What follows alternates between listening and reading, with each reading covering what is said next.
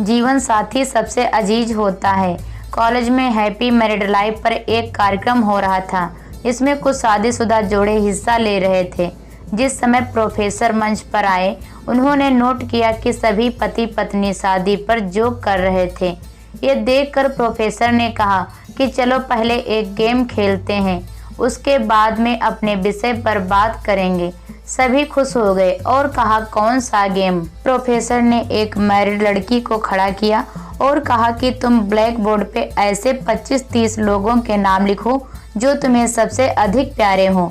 लड़की ने पहले तो अपने परिवार के लोगों के नाम लिखे और फिर अपने सगे संबंधी, दोस्तों, पड़ोसी और सहकर्मियों के नाम लिख दिए।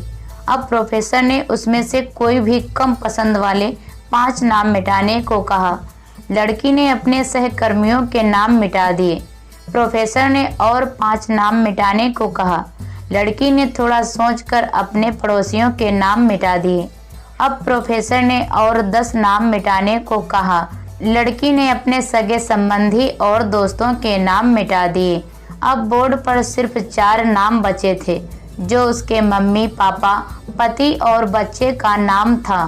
अब प्रोफेसर ने कहा, इसमें से और 2 नाम मिटा दो। लड़की असमंजस में पड़ गई।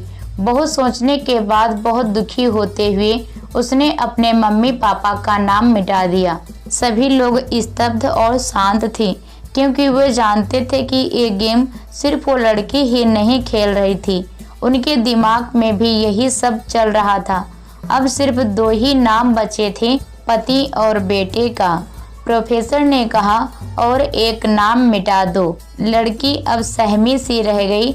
बहुत सोचने के बाद रोते हुए अपने बेटे का नाम काट दिया। प्रोफेसर ने उस लड़की से कहा, तुम अपनी जगह पर जाकर बैठ जाओ, और सभी की तरफ गौर से देखा और पूछा, क्या कोई बता सकता है कि ऐसा क्यों हुआ कि सिर्फ पति का ही नाम बोर्ड पर रह गया? कोई जवाब नहीं दे पाया। सभी मुंह लटकाकर बैठे थे।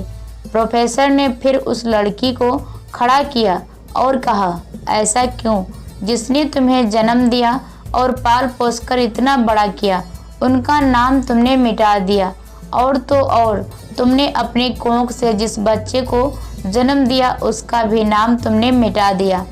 लड़की ने जवाब दिया कि अब मम्मी पापा बूढ़े हो चुके हैं।